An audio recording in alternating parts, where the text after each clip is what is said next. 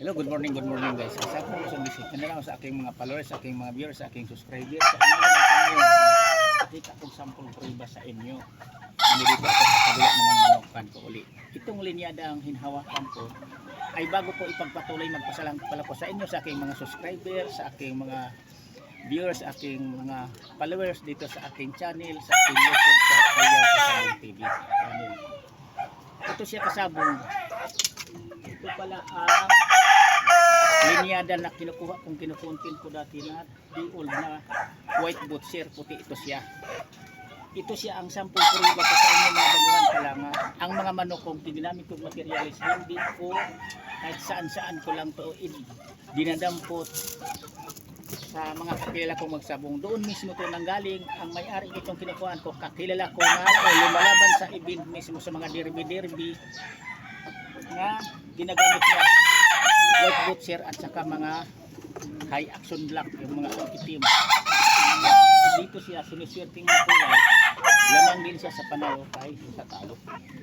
Kaya dito ako kumukuha sa kulay ganito. Ang katawan pala dito, ipakita ko sa inyo yung sample. Maliit tingnan pero malaki ang katawan nitong pag hinipo mo na. Maliit ang binti mga paa niya. Yan. Ito na siya ang gagamitin ko sa next breeding season. I-crosses ko na to dito sa mga quality ko rin inahin. Kasi sinasabi ko naman sa inyo dito sa pag-breed natin, pag-alaga. Kasi ako nagsasabong, kasi ako nag-entry ako. Kaya hindi pwede ang manok ko. Ipalit-ulit ko lang. Kailangan kumukuha ako ng mga pang-crosses na quality din na galing din sa pag-breed ko. Yan ang ginagawa ko. Kasi kung magmamanok man lang ako, tapos nagbinta ako, naglalaban, mas marami ang paglaban ko nga sa pinta. Bihira ako magbibinta, mag-out ng manok. Karamihan talaga bilalaban ko lang, lalo kung magaling bumatong palo.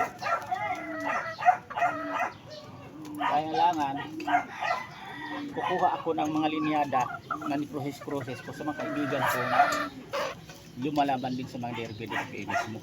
Yun ang totoo. Kaya ma-advise ko sa inyo mga baguhan pa lang dito sa pagmamanok, para makamit natin hindi tayo puro talo lamang kas panalo. Kung mag-breed tayo ng mga sarili nating panglaban, pinaka-importante dito, parang hindi tayo mapag-iwanan, huwag nating ibalik-balik ang isa kalinyada, dalawang linyada lang natin sa isa kamanok.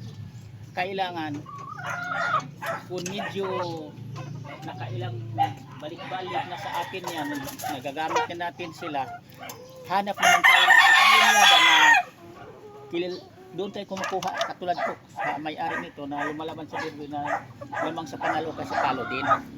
Yan ang gagamitin natin pang process para sa mga inahin natin, kasi ginagawa ko mismo yan. Kaya itong puti na ito makagamit na ito white butcher. Pero ang pinaka-dabis nito, kung magkaanak ito ng mga pula o kaya talisay, yan talaga ang favorite ko, mga kulay talisay at mga pula. Yan ang gagamitin ko mga panglaban. Ulitin ko pala sa inyo, maingay pa rin uli ang aso ko. Kailang itong puti na ito nandito nakalagay, kaya wala akong choice kung hindi ipagpatuloy ko ang pag-content ko nandito. Kasi alang uwi ko pa to sa bahay, nandito ito nakalagay. Iba ang mga manok nandoon, iba nandito. Ito na siya. Ang gagamitin ko pala pagpapatuloy ko na kasinsan yung ang aso ko na breeding season next, ito na siya. I-process ko, sample prueba ko kasi mga baguhan pa lang. Lagi ko yung naipaalala sa inyo na sa pag-alaga natin, kasi lahat naman bumabato naman talaga palo. Wala nang mamanok hindi po palo, pero may manok talaga nga hindi madiing mamalo. Mayroong manok din na malakas mamalo, pakpak lang, hindi madiin ang pa. Sa atin yan, kung napapansin nyo, kung totoo kayong magsasabong, totoo kayong nagmamanok, makita nyo sa isa kamanok nyo, mayroon talaga din awasan ng mayroong ibitaw mo ang lakas ng pakpak, pero mahinang dugi ng paa. Lalo na kung may tari, akala mo bibirugin ang kalaban, pakpak lang pala. Kayang matagal makapatay sa kalabag, manalo siya. Yan totoo, kulang sa diin, ang paa niya mas malakas lang ang pakpak. Mayroong ganung manok talaga. Tapos pag manok talaga din na hindi mananalo, may dahilan bago siya magpatalo. Ang kalaban yan maghanap din dahilan. bago natalo ang manok natin. Huwag tayong maghanap ng sisihin pa sa totoo lang. Natalong ganun ang nagtatari natin, kaya pinatari natin, kilala natin. Lagi na nagtatari sa manok natin. Makita mo naman ang manok na kung marunong talaga tayo. Kasi ako marunong din ako magtari. Kung paano ang diin sa paa, paano ibigay ang palo. Hindi natin masisisi. Lalo na kung ang magtatari natin anis sa atin. At saka nauso na ngayon, nakabidyo na. Huwag dapat niyong burahin kung natalo ang manok niyo, huwag niyong buburahin ang video agad. Huwag niyong walain yun.